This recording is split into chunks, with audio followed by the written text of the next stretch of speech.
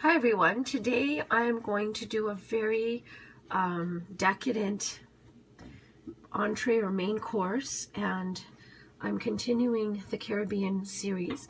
I had actually intended to do some vegetarian and vegan dishes, but it is in Ottawa right now. It is the second state of emergency. We're still going through the pandemic. There are a lot of restrictions. So unfortunately, I didn't have many of the things I would need for that. So I decided to do another meat dish. But when I'm able to get the ingredients for some vegetarian and vegan dishes, I will do so. And I will have some very, very delicious and interesting recipes on that. Right now, I'm doing something which I think is a very good thing to do when making any type of dish where you require a blend of spices. And for this, what I'm doing today is actually called Jamaican curried goat, and I will be using mutton meat. I have very little of it, but it was purchased a long time ago. I don't generally eat mutton, but I do actually have a bit, and so I will be using it in this curry. And what you see here is a very small cast iron pan, and I'm just going to go through what I have here. First of all, before I even do that, I'm going to just tell you what I'm going to be doing. I'm very lightly on low heat roasting these spices, and then I'm going to be grinding them. And here I have a marble, what is it called? Mortar and pestle, and I will show you. It's a little bit stained. It is actually washed, but it's a little bit stained from use. This is the part where I will be grinding things. But some of the spices are already ground, so obviously I'm not going to be roasting them for fear of burning them. So I have here some turmeric, not curry powder, but turmeric. This is cayenne. This is, before I forget, I wanted to mention, in Jamaican food, there's a lot of use of the Scotch bonnet pepper. And things like that are very hard to find during a pandemic. And you can substitute other chilies, but unfortunately we couldn't find chili when we were out. So I did read that you can't substitute cayenne or something else for the heat. This is what I've done. And this is some black pepper, which I will be adding to here. And here is some cinnamon. So I'll be adding the ground cinnamon as well as coriander. So I will be adding that here. And in the meantime, I'll just go through the ones that I am roasting. So this is the allspice. These are mustard seeds, yellow mustard seeds. These are cloves. This is fenugreek. This is anise. I believe it's aniseed. It's not the star anise in its proper form, but it's anise. And this is, it doesn't look like it, but it is actually ground sorry, not ground, it is whole cumin. So I'm going to be lightly roasting this and then putting all of those ingredients into the mortar and pestle, and I will be grinding it. So I'm back, and what I'm going to do is pour the spices into the mortar and pestle. Okay, so I've got all the various spices in the mortar and pestle, and I'm just going to do the fun part, which is grinding this. And I'm going to say the same thing that I say all the time, which is, I wish I could transport the smell of this. It really does smell good.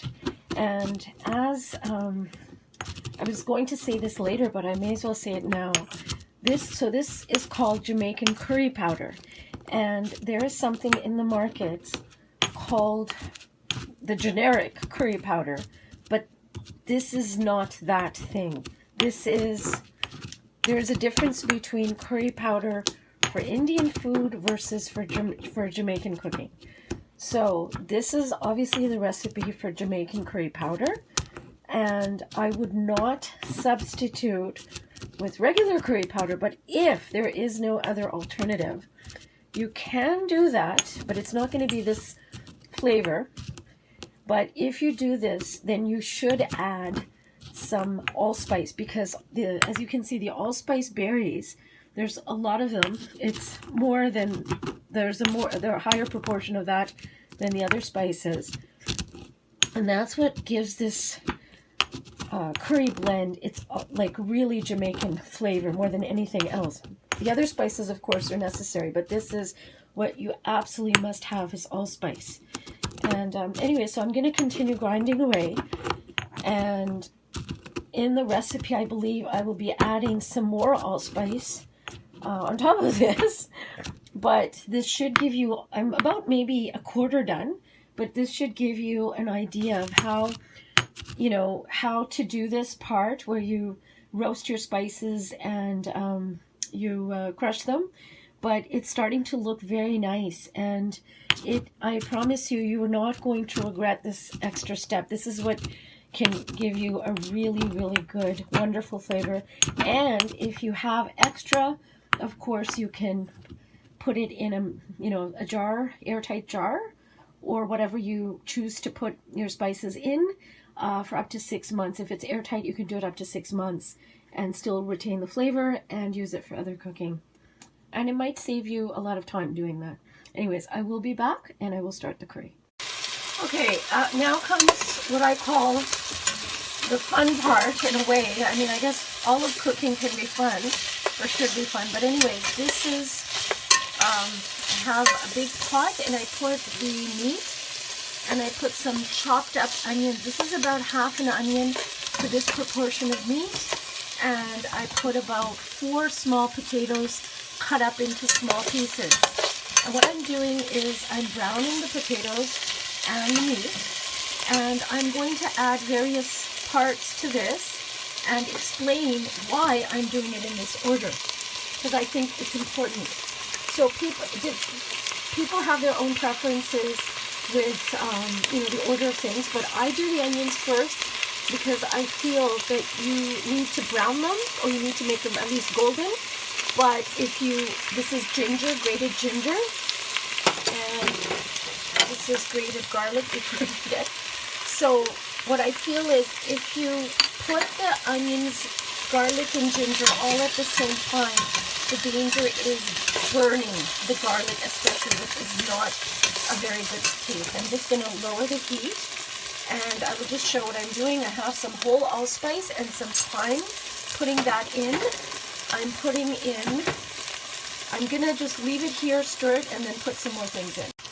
Okay, so hopefully you can see that the meat is browning quite nicely, and the smell, as I said, is absolutely unbelievable. And what I'm going to be adding are the final ingredients.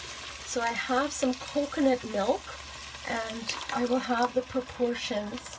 And you can see it's a little bit runny, and the milk part is a little bit, it's not, I don't know how to say it. This is coconut, the coconut cream and the waters has separated a bit, but that's okay as long as you have a good proportion, a reasonable proportion of each. You don't want to give just cream, and you don't want to just put in coconut water. So you want to have a nice blend of each. And to that, I'm going to be adding some tomato sauce, or crushed tomatoes. And I will have a recipe posted, but as I've said many times before, I'm doing my own proportions, what I find will be good. And to that, finally, I'm also going to be adding, and this is optional, some chili sauce, because as I'd mentioned before, we do not have the chili Scott Bonnet chili. So I wanted to add the sauce for extra heat, because that's just the way we like it in our family. And finally, I'm going to be adding the spice mixture, the roasted spice mixture that I had made and I'd shown you. And I'm going to give this a quick stir, and then I'm going to be adding water up to here and slow simmering for up to 2 hours, because this meat, you want it to fall off the bone, and it is a little hard, it's a little tougher than many other types of meat. So just to be on the safe side, I like to slow simmer for a long, long time. So I will be back with the finished curry.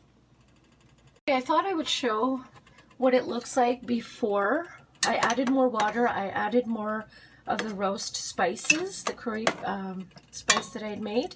I added about the same amount of tomato sauce and coconut milk that I showed.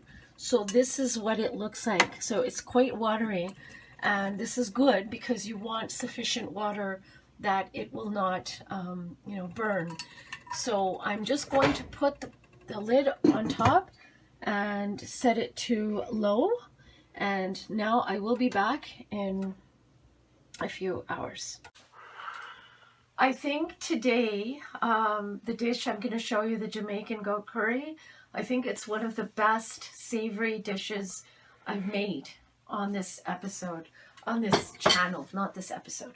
So I want to show you guys what it looks like. And I'm somebody who doesn't eat a lot of meat, believe it or not. But I have to say, this looks so appetizing. I can't even begin to say. So I'm going to ladle some more, but I'm just going to have a quick bite.